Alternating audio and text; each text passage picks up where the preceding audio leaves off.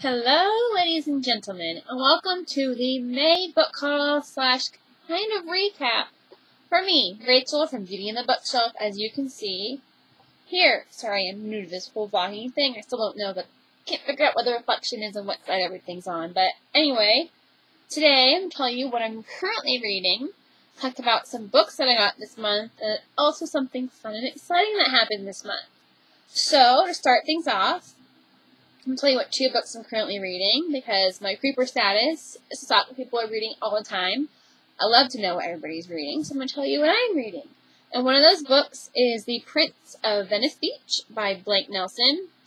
This is out, I believe, this Tuesday, June 3rd, and it's about a guy named Callie who's technically homeless in Venice Beach.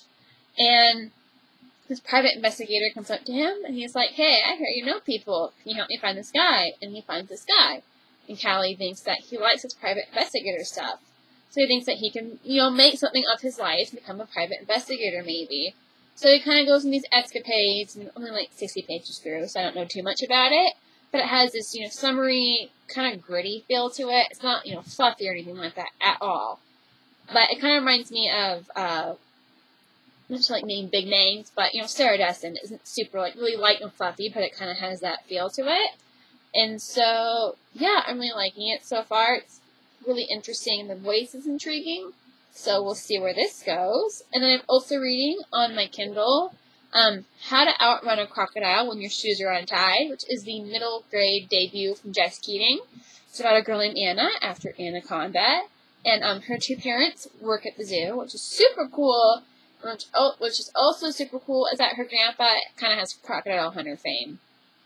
So, he does TV shows and animals, has this big status, and it's super cool.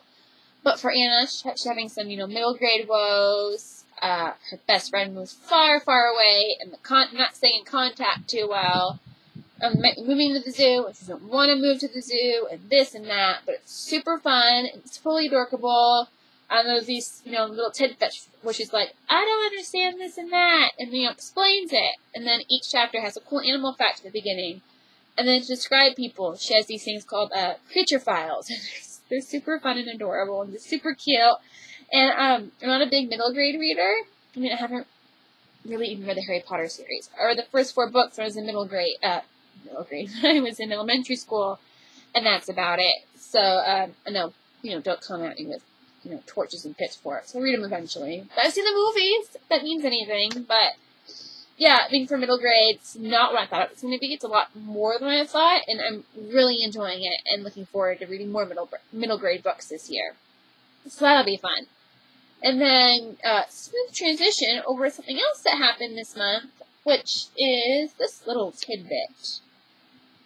I know I don't have my nails. I'm totally in need of a fill. But, I gotta go to the Seattle International Film Festival screening of The Fault in Our Stars. My cousin and I paid $25 a ticket to go see The Fault in Our Stars about 2 weeks ago, and it was super great. Isaac, whose last name I don't remember, he's one of the producers of The Fault in Our Stars. He was there, along with Laura Dern, which was super cool. I was like, I'm in the same room as Laura Dern in Jurassic Park. Like, how cool is that? So that was really awesome. The movie was really good. Spoiler alert: I cried. I mean, I cried during the book, so it was expected that I'd probably cry during the movie. But it's different because you go into the movie, and if you read the book, you know what's going to happen. You're like, okay, this happened, so this is going to happen next, and this, and this, and this. So it all builds up. But I mean, I didn't cry at the point where I cried in the book. So I figured I'd cry at a certain point in the movie. Then I cried earlier than that, and I did not think I would have cried at that scene at all. I was like, oh, I'm crying. And then soon after, oh, I'm sobbing. My cousin's like, I can hear you sobbing. I'm sure you could. At one point in the theater, you heard sniffles everywhere. It was like Marley and Me, which I saw at Christmas time, which is the worst decision you could possibly do on Christmas. Don't go see sad movies on Christmas. But anyway, yeah, Fault in Our Stars. If you like the book, I'm pretty sure you're going to like the movie. If you haven't read the book, I hope you see the movie and hope you read the book, because come on. I mean, I bought the movie cover, and I have the hardcover, and of course I bought the Entertainment Weekly cover, because that's what I do. I'm like, oh, Divergent's on the cover, I gotta buy it. Twilight's on the cover, I gotta buy it. I seriously have like 5,000 magazines of Twilight stuff. I mean, you can see the top of this shelf and I tilt my camera, but it's going to stop working, so I'm not going to. But if you saw the top of this shelf, you'd see movie covers of Twilight, and you'd see the ornaments. And if you saw my bed, you'd see a pillowcase with Edward Cullen's face on it, and a blanket with his face on it.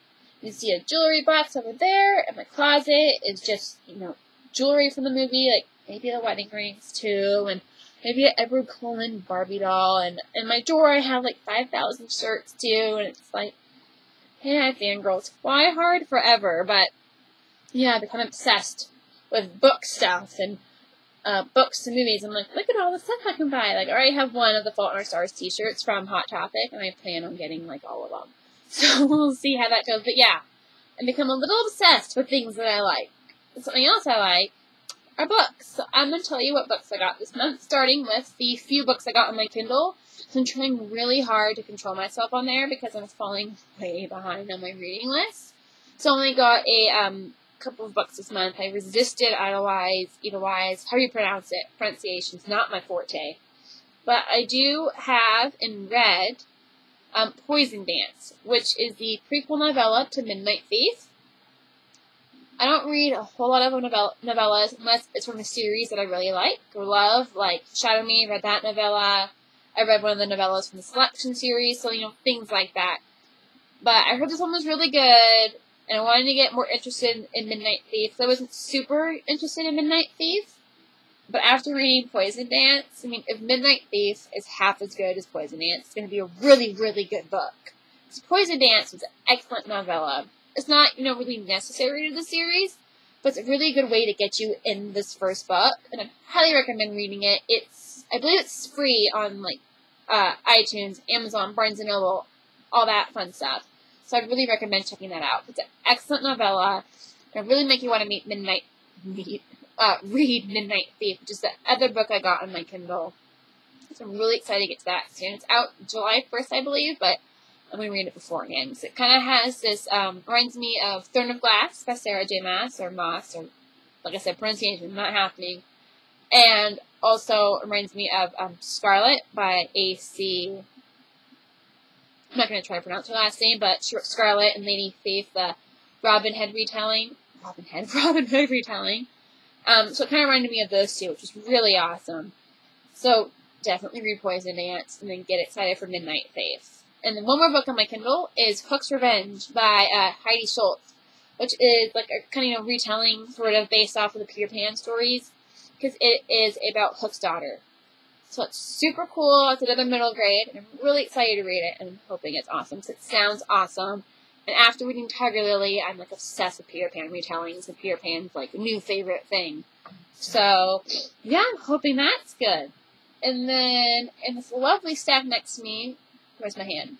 Next to me, which you can't see, are a few of the other books I got this month that are physical, real copies that aren't on my Kindle.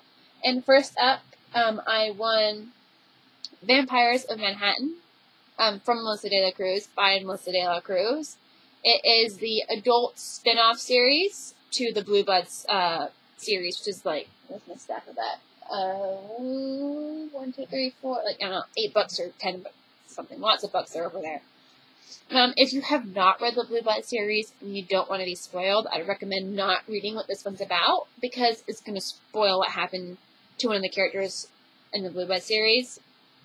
Spoiler. So, yeah, I'm interested to read this, and because I like the Blue Bloods series, love vampires. I'm interested to see, the story told from a different point of view than most of the main ones in the young adult series, and also to see where the characters have gone from there to here, and hoping we see some of our favorites, and seeing what happened to everybody. It's just going to be really exciting, so I'm looking forward to reading this one. And then I also got 2 books from Goodwill. I purchased Peeps by Scott Westerfeld, another vampire novel. I think I read it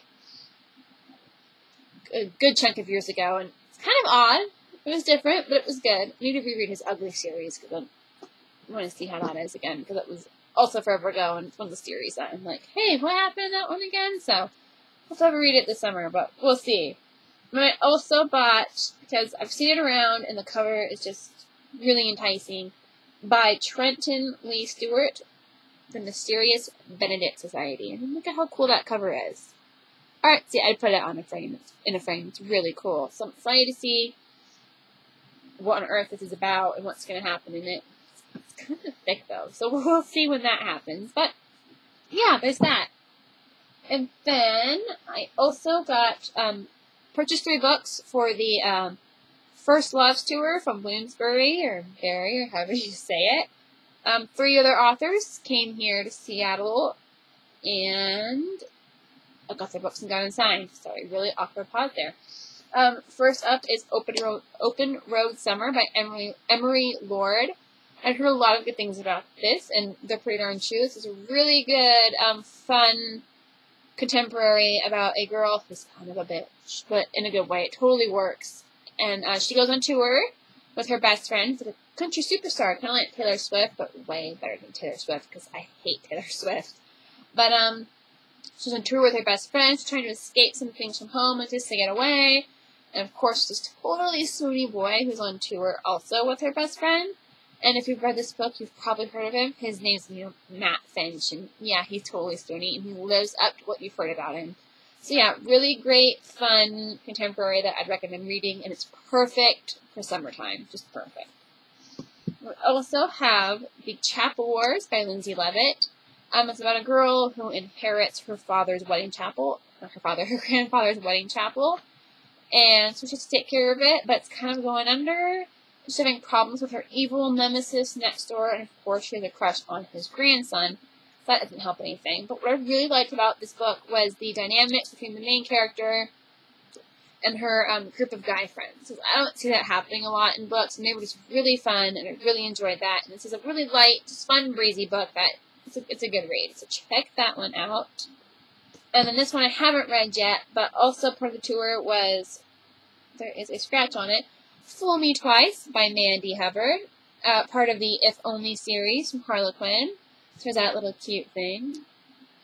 And then I won from Penguin The Lonesome Young by Lucy Connors. Looks kind of hot. I don't know much about what this is about. I know it's I've heard like a Hatfields and McCoy, Romeo and Juliet type thing. And it looks good. I mean, if you've read it, let me know what you think of it, because I haven't heard much about it, but I'm looking forward to reading it because it looks like a fun, maybe it's not going to be fun, but a good romancy, thrillery type thing. So check that one out. And look, it's kind of shiny. Ooh.